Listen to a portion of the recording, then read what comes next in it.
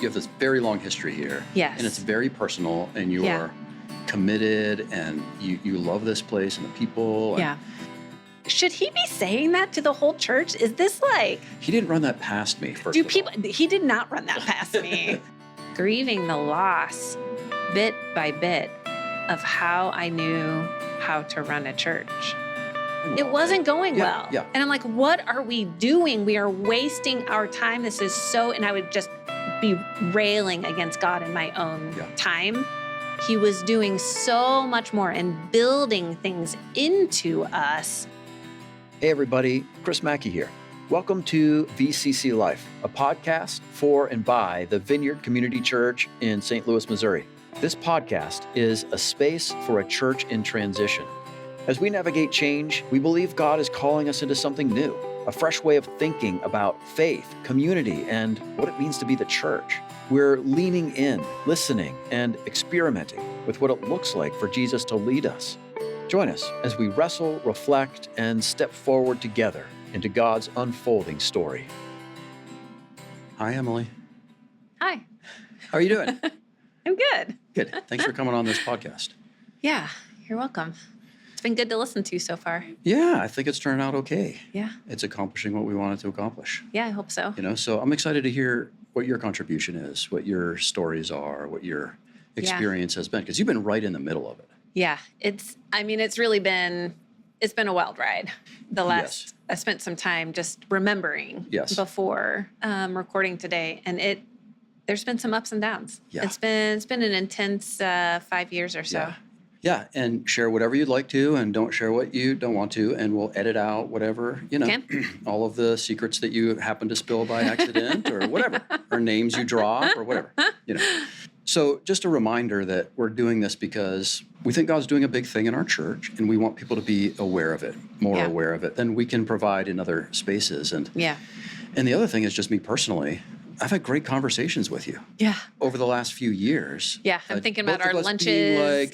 And I've just had great conversations with you and Caleb and David. Yeah. And I always wanted to share them with people. So we're just going to hear the story. We're going to go chronologically. Okay. But before we do that, why don't you just share a little bit about your background here? Tell us what you want to tell us about how you got here and what you do and have done in the church. Yeah. At the end of college, when I came to actually know Jesus, I found this church because my friend who lived in Germany made me a list of churches in the St. Louis area because I came to know Jesus on a visit to her in Germany, and then came back and I was like, well, I guess I should go to church. And so... Because that's what Christians do? Yeah, I'm interested in finding other people. It just seemed like, well, if I want to do this God thing, if I want to get to know God more, I had this experience over there in Germany where someone prayed for me. So having that experience, I realized, I was like, oh, God wants to have a relationship with me. He sees me. He actually knows me. And it was like seeing the world through a new lens. Mm-hmm. And so then when I came back, I thought, well, if I'm going to do this thing, if I'm going to get to know God, I probably need to get in a church. So she sent me a list of churches. Vineyard was the second one on that list. And I was I graduated May of 2001, went to visit my friend in Germany, got the list of churches, came back, visited another church first, and then came to Vineyard. We were in the school at the time at Parkway Northeast. And it was the first church I went to. It was uncomfortably small for me. Really liked the people there. It just was like, there's 40 people in this room, and I need more anonymity than that. So I came to Vineyard. There was enough people that I could kind of sit back and not have anyone notice me, although everyone did because everyone's friendly. So I stuck around, and I stuck around because it was authentic. David and anyone who was on stage was just so unbelievably real and authentic and never hyping anything up and explaining things in a way that I could understand. So I stayed. Yeah. And that was 2001. That was in 2001. I just graduated college. And so, for those first 3 to 5 years, I like to call it like the triage stage of my Christianity. Mm-hmm. And it was like coming into a hospital limping, and Jesus just loving me through this community, loving me, bandaging me up. I knew I was loved. Yeah. Looking back now, I didn't realize how unique it was that I've really only ever been in one church. I mean, I was as a kid in the Lutheran church. As a Christian. But as a Christian, follower. as a follower of God, really doing the stuff, really seeking God, really following him. This is the only place. So I realized, it gives me sort of a unique take on this whole process too that we're in. And even on our church. And even, for me, what it means to be a Christian. The only place that I've ever done that is here. I've been spiritually transformed into the likeness of Jesus in just this one place. Yeah. And it was really good. Yeah. Which has a lot of different people in it who have ministered to you. Yes. But I get what you're saying. But so you have this very long history here. Yes. And it's very personal, and you're committed, and you love this place and the people. And it's shaped you. So you are currently, what's your title now? What is my title? It's so long. Pastor of Equipping and Operations. Okay, great. How did you get to this place? Just kind of like, what roles have you played in the church, and when, and how did you get to this place, and that kind of thing. And then we'll jump into transition stuff. Yeah. So I started coming to the church in 2001. I joined staff. I was asked to come on staff as the church's administrator in 2006. And as a church's administrator, I was the systems person. So volunteer systems and communications and tech, which is sort of ridiculous that I was in charge of tech. But, anything that had moving pieces and nuts and bolts in the church, that was sort of me. And, they brought me on to sort of complement David's weaknesses. It's funny listening to Caleb's podcast and him talking about, his roles have been really in the vision casting and the overseeing, directional kind of places. And then also on the ground level of working sound and making food for people. Yeah. And it was really interesting to think of it that way. And I totally agree. And I realized, I am the exact opposite. I have been, because I've been in this middle section, right. In this middle place of running the teams and coordinating volunteers and doing the communication and, managing the office staff eventually. And I've inhabited this middle ground of both. And then there was this slow fade over time, over, the last 19 years, where I became more and more and more pastoral in how I carried out the administrative stuff and how I cared for people along the way and how I saw people. And so after, the kids got older, it's really funny. I look back at the timing now. He knew how it was all going to go. But around January 2020, I felt like I was having conversations. I was finally really settling into, okay, I think what God is asking me to do is to really coach people in doing the stuff, to be a coach for people who want to do things in the church. And then March of 2020 and COVID just sort of exploded everything, really. And so that sort of put everything, as far as my calling and my progression in the church, that sort of put it on pause. And we picked it back up again early 2021. And I became commissioned as a pastor in May of 2021. So that's when it sort of became official, was May 2021. And I joined Pastoral Council officially at that point. And then... Well, don't finish that sentence. Yeah. Because here we are. Here we are. 2021. 2021. That's when we started coming to the church, by the way. Yeah. So fall of 2021, right after right after we're talking right now. That's right. Because you said you watched one of my... Yeah. Did you watch my commissioning? Did you watch? I don't remember. I think it was just a teaching. I just remembered. I don't remember. Yeah. So let's get into what's going on now. What we're in the middle of and how it started. Yeah. Take us back to David announcing his retirement. Is that the right language for you? Making it real somehow. What started? What opened that box? Yeah. Take us back to that time. Even before COVID, even before 2020. I wasn't on Pastoral Council, so I wasn't really on the process, but I knew of the process and I knew what they were doing and putting feelers out there. nothing. I think, they had conversations with a couple of people. Yeah. So I knew it was coming. There wasn't really a date yet. He just kept using language like 5 to 7 years. Okay. And that language kind of got us through for a really long time. When it started becoming real, and I actually tried to find the video and couldn't find it. David did a video. It was in COVID era because it was a video update for the whole church. And he mentioned the date of retirement, July 2025. And this must have been in 2021-ish era, one of those like updates that he was doing. And I remember hearing him say that because I always watch the videos before they go out to the church. And I remember thinking, has that always been the date? Has he said that before? Should he be saying that to the whole church? Is this like... He didn't run that past me, first of all. He did not run that past me. That is not on my calendar. So, but yeah, I just remember hearing that as like new information.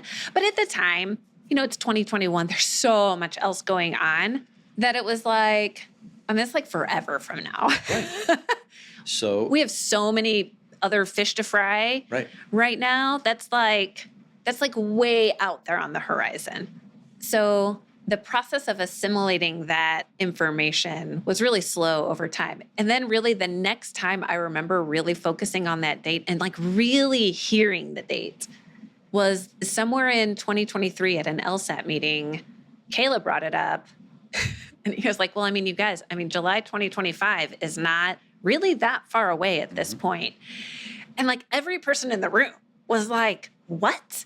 July 2020? What are you talking? And he's like, that's been the date this whole time. Like, how are you guys not? And it was like, and it just proved to me, I was just in so much denial that I wasn't even aware that it was like so close. Been on staff for a while and have a pretty good feel for just how long things take. Sure. In the church world. And just realizing, oh man, sometime in 2023, we had that conversation and realizing 2 years is like a blink of an eye. It is going to be here so fast. And what it felt like, my felt experience of that at the time was, we have no plan. Like there is no plan. Oh my gosh, what are we doing? Because again, there was still a part of all of us, I think even at that point, that had this one model in mind. Even though even at that point, we kind of had our bearings that it's probably not going to be another senior pastor that's going to swap in, we still had this model in our minds of like, no, you know what you're doing. You have a plan. You get that plan out to everyone. Everyone knows the plan. They've asked questions about the plan. And then you enact the plan in the transition. And then we transition. So it's like, this was our working model. And so in 2023, when we're like, we're not even like close to a plan. That system hasn't even started. That's correct. We're not even out of the gate yet. If we're going to do that. That's right. We're not close to a plan. And oh my gosh, how are we going to, yeah. So it just was super overwhelming. Being the systems person, you were acutely aware that we don't have time. You hadn't started a system. No. And the system didn't have time to get going and that be is done by correct. 2025. So talk about that space right before then, kind of in there between 2021. You heard the date out of David's mouth, and you mentioned the LSAT. So let's stay in that space. Yeah, there. how do we get there? Well, I'm asking you. Okay. What was your experience? Like you said, you used the word denial. Yeah.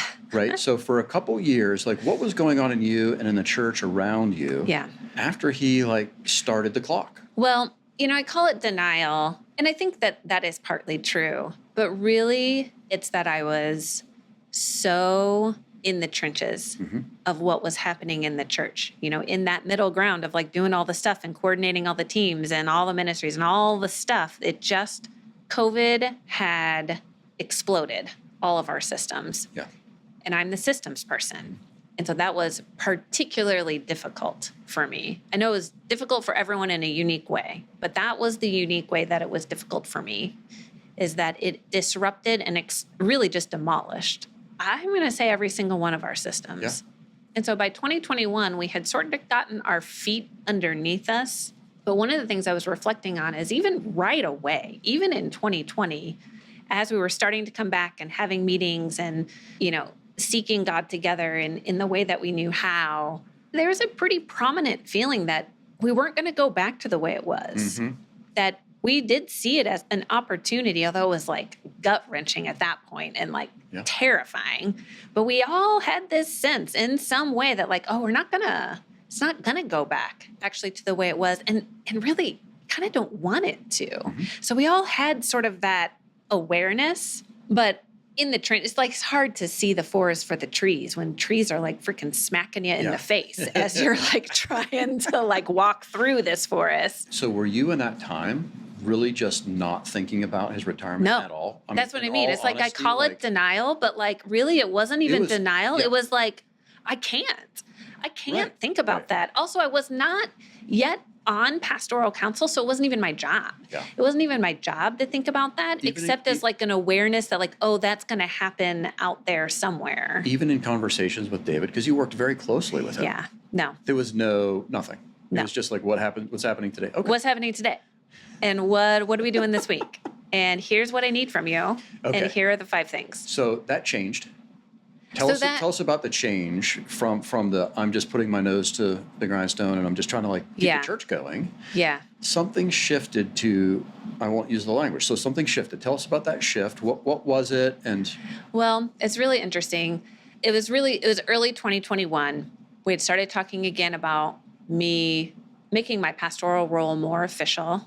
And in the midst of that, we had this women's conference here. And it was like a online event, but we came in person. But we all came together and there was this one speaker. It was in the midst of all of these things shifting in our church. I was trying to create new systems to fit where we were, but it felt like the ground was still moving beneath me. Yeah. It's like I couldn't set anything up because the ground kept moving underneath me. And always, Jesus' invitation to me was, no, you don't need to have a plan because I have the plan. You just need to stay close to me. Don't look at these moving pieces under you and try to plan your way through it. You stay close to me. I will tell you where to step and when to step. And I can't even remember what this teacher was teaching on, but it was really powerful.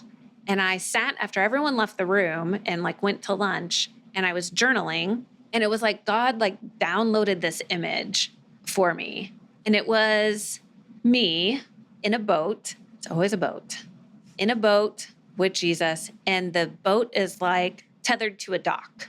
And he's looking at me very intently. And I can see like up on the shore is like our church. It's church as I know it.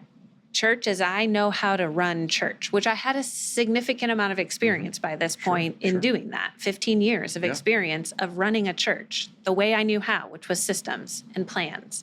And he looked at me and said, Emily, you need to untether from the dock. And we're actually going to go out a different direction. And what he meant was, it was a really intense communication. It's really important, Emily, for you in particular to untether yourself from what you've always known of how to do church, because we're going to go somewhere else. And I'm like bawling because there's always emotions. Yeah. Debbie prays for me, but it stuck with me that moment. And I still think of it even now. That set the stage for me to know something is shifting. And I kind of already knew that something was shifting, but that for the church to be able to shift, I in particular needed to let go of what it meant to run a church. I had to completely let go and float away from it and let Jesus take me somewhere else. So that was a turning point. That was also about the time that, we met with our leaders. Our leadership structure, we knew was kind of showing signs of wear. There were some cracks, and we had met with the leaders, gotten a lot of feedback from them. And out of that, Pastoral Council decided to form a separate group that would look distinctly at the leadership structure. Yeah. LSAT, Leadership Structure Assessment Team. Yeah. And who came up with that name? Probably Caleb. I'm just going to throw him under the bus. I wouldn't come up with something that we would acronym LSAT. Come on. And to complicate things, there was also the LSIT. LSAT and LSIT. It was ridiculous. It's fine. So it was pretty clear that, I'm probably going to be on that too. And my experience of starting on LSAT was just one of being completely overwhelmed. It felt really, really hard to be running the church as all of our systems were disintegrating. And Jesus had already told me, we're going to let all the systems sort of slowly fail over time. Although I didn't know that Was that his word or was that your word? It was my word. Okay. Yeah. I was going to say, I don't know that they failed. Anyway, continue. No, that's in the way that I understand. Your lived experience. My lived experience. Yeah. And really, he had already shown me. Right. Emily, we got to leave that dock. You got to let that go. Even as things kept crumbling, it was like, okay, we're not going to do things the way we've always done things. I've got to let go of how I've always done things. And so in the midst of sort of learning a new operational way, which was not at all defined, except it's not what I used to do, in the midst of continuing to run the current church, now I'm on this team, I'm on this new team, another team, and now we're going to dig into our leadership structure and dissect it and assess it together and hopefully come up with a new one. It just felt impossible to me. Like, it just felt like I don't even want to be a part of this. And I would not have, except God was just incredibly clear with me that I needed to be on this team. And now looking back, I'm obviously so glad. Sure. And I can see his wisdom in that. But at the time, I was like, can't I just run the church and they can figure this out? Yeah, I'm used to putting my nose down and ignoring everything else. You just tell me when I need to know. That's right. You tell me, I will do the stuff. I will implement the thing, whatever the structure is. I trust you guys. That's great. Yeah. Little did we know at that time, he had a completely different plan for us. But we didn't know that. So, coming into that time on LSAT I was so overwhelmed and so burdened with that responsibility because it felt like this extra weight on top of me when I was just kind of barely keeping my head above water in our changing church already, in a new way of doing things that wasn't even defined yet. It's like the worst formula for how I operate. Yeah. And also letting things go over and over and over again at God's direction. At God's direction, him asking me over and over, it's okay. You can let that go. You don't have to keep propping up that system. Just you can let it, really to me, the language he used with me, you can let it fail and it's okay. It did not feel okay. Really looking back, it was like a season from 2021 all the way through 2024. So a few years of just grieving the loss bit by bit of how I knew how to run a church and watching all the systems that I had helped build and largely built crumble. And at God's direction, not rebuilding it. It was brutal, just absolutely brutal on me. Yeah. While also still trying to learn how to be a pastor too and learn what that role, how is that role different than being an administrator, and leaning into that more and just being just so totally overwhelmed. I laughed about it, kind of looking back, but there was really a period of time in pastoral council meetings that were just me crying. Oh, I remember you telling me. Oh, the whole... I remember that season. Yeah. That season. Oh, yeah. So those three guys, so patient and so loving to me as I was just trying to come to grips with what am I doing and how do I do this in a changing environment. So that's kind of my transition into LSAT, into that time period. Okay, we're going to look at this together. It just felt like this huge weight on top of an overwhelming job already. Yeah. So from there, as we started digging in on the work of LSAT, it didn't go like we thought. Yeah. Even right off the bat, as we were meeting, every meeting, we loved each other. And I had just such high love and high regard and respect for every single person in that room. Great relationships with almost all of them. And yet simultaneously loving being around each other, But then also the work itself was such a grind and was so anxiety inducing for each of us in different ways that it was so brutal. It was so brutal. It was extremely unenjoyable. I will say that whole first year, the high points were, celebrating each other's birthdays and like telling, we would intentionally, just speak into each other on each birthday, what we loved about each other and what we respected about each other. And there was simultaneously these really rich, relationally amazing things like knitting us together while at the same time just grinding through this work that felt like it was going nowhere. It's like we just found ourselves talking in circles and found ourselves just saying the same things but different ways and like trying to come up with answers and trying to fix and trying to dissect. And it just was what it felt like every time. It's like, this is going nowhere. Yeah. We're not making any progress. Yeah. And in fact, the little bits of progress we would make felt like so hard won that it was like, this is going so slow. And knowing this whole time, we've got it really what we all thought. We were going to come in like 6 months, 3 months to 6 months. We're going to knock this thing out. You're going to LSAT that thing today. Oh, yeah. We're going to, it's going to be so great. We're going to come up with a structure that's not only perfect for our church, but like maybe other churches. Like this is going to be like the new thing, right? We're going to totally rock. And this was based on, we'd had other strategy teams in the past. Sure. And that's sort of how it went. 6 months, maybe 9 months. So we're like, yeah, that's what we're going to do here. And it just, the longer and longer we were grinding and making very little progress, the anxiety then kept increasing, like every meeting. And it's like one of the really significant things that Jesus started talking to me about in this time. It was like one of these monumental shifts for me. And it changed how I saw the church as things were dragging on. It was grating against my internal value of efficiency.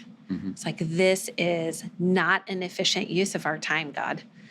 And it was just rubbing on, I didn't realize how highly I valued efficiency until I was in this team and how we were using the time. And to no fault of our own, we were doing our best, and it was nobody. Right. You're not talking about internal conflict. No, you're not talking about people like not getting along. No, I'm not throwing shade. I'm not saying we were doing anything wrong. Like all of you together were kind of together anxious. Yes. That it wasn't going well. It wasn't going well. Yeah. And I'm like, what are we doing? We are wasting our time. This is so, and I would just be railing against God in my own time about it. This is so inefficient, God. And he started talking to me about that concept of efficiency and started pointing out how highly I valued efficiency, and just started asking me like really annoying questions. Like, how would you say you value efficiency versus like love for other people? And I'm like, well, that's ridiculous. I don't know why you would ask me that. Apples and oranges. Correct. God. Not even the same thing. And so he started pointing out these things, and in conversations with him, and as we started looking at this value of efficiency, what he pointed out to me was, Emily, I think when you're saying efficiency, I think what you actually value is expediency, which is different than efficiency, especially in a kingdom view. Mm-hmm.